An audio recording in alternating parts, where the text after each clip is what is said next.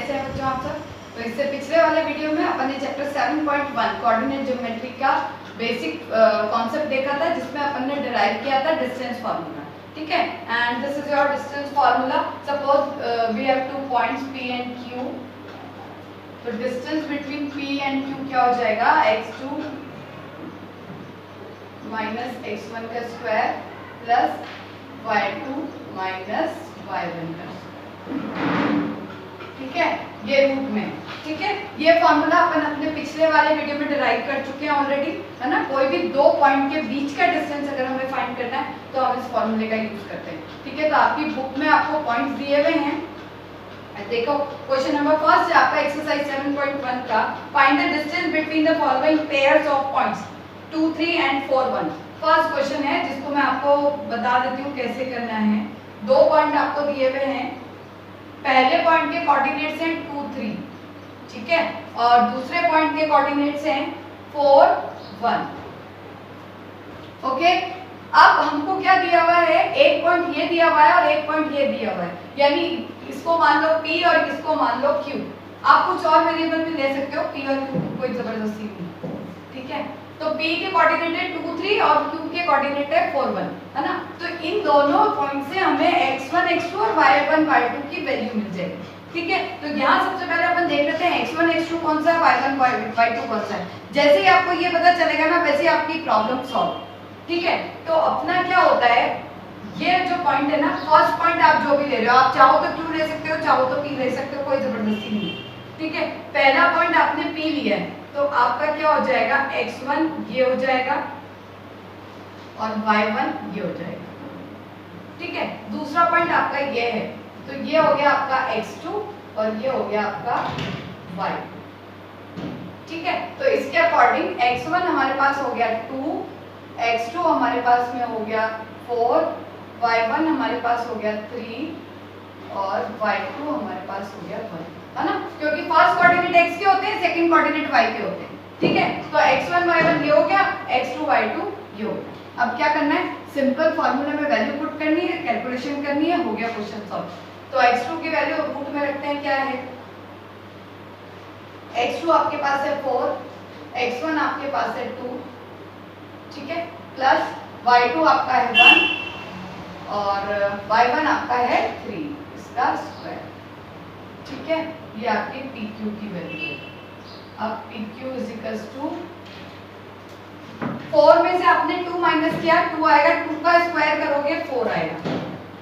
1 में से आपने 3 माइनस किया, माइनस का 2 आएगा, माइनस 2 का आप स्क्वायर करोगे तो 4 आएगा। 4 और 4 8, यानी रूट में 8, जिसको अपन √8 को अपन 2√2 लिख सकते हैं। यानी आपकी इन दो पॉइंट्स के बीच का डिस्टेंस कितना आ गया, √2√2। तो इसको मैं कहाँ लिखूं, जगह करें थोड़ी सी, अपन यहाँ लिख देते हैं PQ इज इक्वल्स टू ये। तो फाइनली PQ के बीच का डिस्टेंस आपका आ गया 2√2। ये आपका आंसर होगा क्वेश्चन को, है ना, सिंपल। एक और करके देखते हैं, चलो ये तो हो गया आपका, नेक्स्ट चलते हैं। ठीक है, अब यहाँ देखो x1 y1 क्या हो जाएगा, दिस इज योर x1, ये आपका x1, ये आपका y1, ये आपका x2, ये आपका y2। ठीक है, नाउ स्टार्ट वैल्यू पुट करते हैं। कोई PQ रख देना यहाँ पे, चाहो तो कुछ और रख दो। वैल्यू पुट करेंगे, x2 क्या है आपका -1 और x1 आपका है माइनस का 5, तो माइनस माइनस प्लस हो जाएगा बच्चों। ठीक है, का स्क्वायर।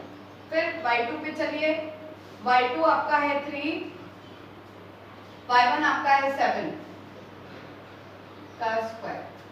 ठीक है, माइनस का 1 प्लस का 4 क्या आ जाएगा, प्लस का 4। 4 का स्क्वायर करोगे तो आ जाएगा 16 प्लस 3 माइनस 7, माइनस का 7 प्लस का 3 -4 आ जाएगा। -4 का स्क्वायर करोगे तो आ जाएगा 16 और 16 और 16 होता है आपका 32।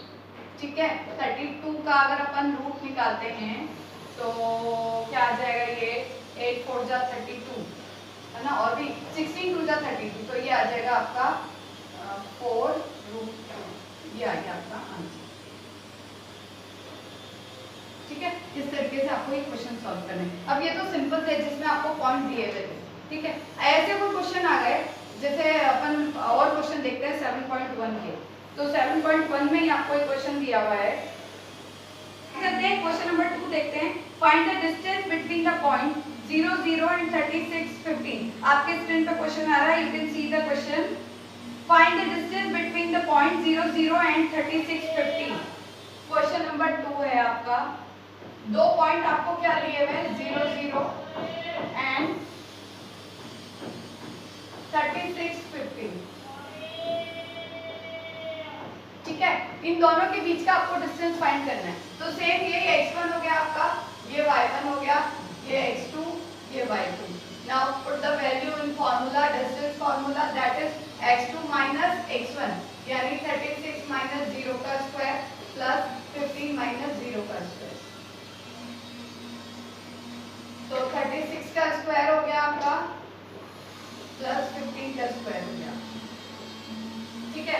36 का स्क्वायर करिए कितना होता है, 36 का स्क्वायर 1296 और 15 का स्क्वायर 225, दोनों को ऐड करिए।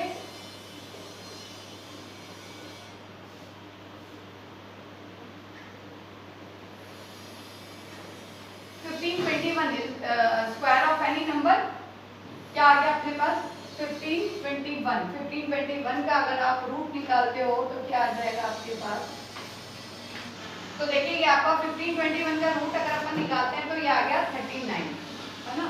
यानी कि डिस्टेंस क्या हो गया, एक पॉइंट आपका था 0 0 और एक पॉइंट आपका था 36 15, तो आपका डिस्टेंस आया 39, ठीक है। ये है आपका क्वेश्चन नंबर 2। अब लेकिन अपन यहाँ मान करके चल लेते हैं कि अपना एक पॉइंट है 0 0 और एक पॉइंट है 36 15। देखो बच्चों 0 0 का मतलब क्या हो गया, ओरिजिन पॉइंट, ये है 0 0, ठीक है। यहाँ से अपना एक कोई पॉइंट था जो उन्होंने बोला है अपने को, मान लो कोई पॉइंट है P जिसके आपके कोऑर्डिनेट है 36 और 15, है ना। तो यहाँ से यहाँ तक का हमको डिस्टेंस फाइंड करना था, तो हमने इस तरीके से कर लिया। ओरिजिन से अगर किसी चीज का आपको डिस्टेंस निकालना है ना, तो आप एक और फॉर्मूला भी यूज कर सकते हो। कैसा फॉर्मूला है ये आपको समझ में आ गया। ये 39 अपन ने निकाला, मैं यहाँ साइड में दिखा देती हूँ आपको। देखो अपना डिस्टेंस फॉर्मूला क्या होता है, अपना डिस्टेंस फॉर्मूला जो है वो है x2 माइनस x1 का square plus y2 minus y1 का स्क्वायर, है ना। ये अपना डिस्टेंस फॉर्मूला है, ठीक है। अब इसने अपने को बोला है यहाँ x1 y1 0 है, क्यों, क्योंकि एक पॉइंट ओरिजिन पे है, ठीक है। ओरिजिन समझते हैं ना, ये मैंने अभी पिछले वीडियो में आपको पूरा अच्छे से बताया था। एक पॉइंट ओरिजिन पे है, ओरिजिन पे है, ओरिजिन के कोऑर्डिनेट होते हैं 0 0, यानी x1 और y1 आपका क्या है, 0 है। तो यहाँ अगर मैं x1 और y1 की वैल्यू 0 पुट कर दूंगी, ये भी हो गया 0, ये भी हो गया 0, तो फाइनली मेरे पास जो नया फॉर्मूला बनता है वो क्या बनेगा, x2 square plus y2 square. ये ओरिजिन से डिस्टेंस का फॉर्मूला है ना। ओरिजिन से डिस्टेंस, कोई भी पॉइंट है उसका ओरिजिन से डिस्टेंस क्या हो जाएगा, तो अपन इसको ऐसे लिख सकते हैं। देखो ये 39, तो मैं यहाँ प्लेस कर देती हूँ, डिस्टेंस फ्रॉम ओरिजिन,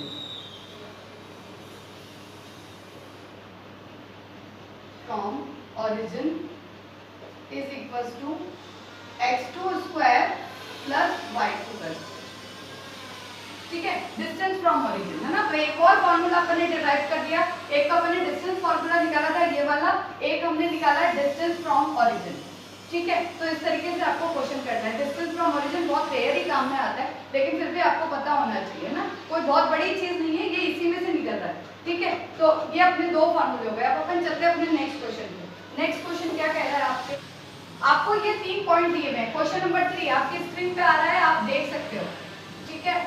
1 5 2 3 -2 -11, और हमसे ये पूछा है कि क्या ये पॉइंट्स कॉलिनियर है कि नहीं है। कॉलिनियर वर्ड मैंने आपको 9th में भी बहुत अच्छे से समझाया था। कॉलिनियर ये एक लाइन है, मान लो इसके 2 पॉइंट हैं A B और तीसरा कहीं भी ले लो लाइन पे C, कहीं भी लोगे, एक चीज का हमेशा ध्यान रखना कि AC का डिस्टेंस प्लस CB का डिस्टेंस इन दोनों के बराबर आएगा, है ना। क्या हो जाएगा, आपने यूक्लिड की थ्योरम अपन ने 9th में पढ़ी थी, AC प्लस CB किसके बराबर होगा, AB होगा ना।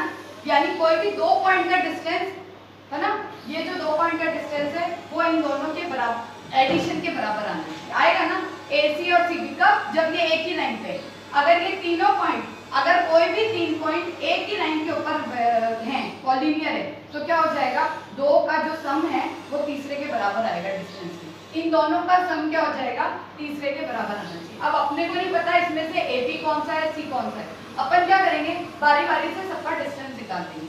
अपन क्या करते हैं, इसको A मान लेते हैं, इसको B मान लेते हैं और इसको C मान लेते हैं, है ना। एक बार हम AB फाइंड कर लेते हैं, एक बार हम BC फाइंड कर लेते हैं और एक बार हम CA फाइंड कर लेते हैं।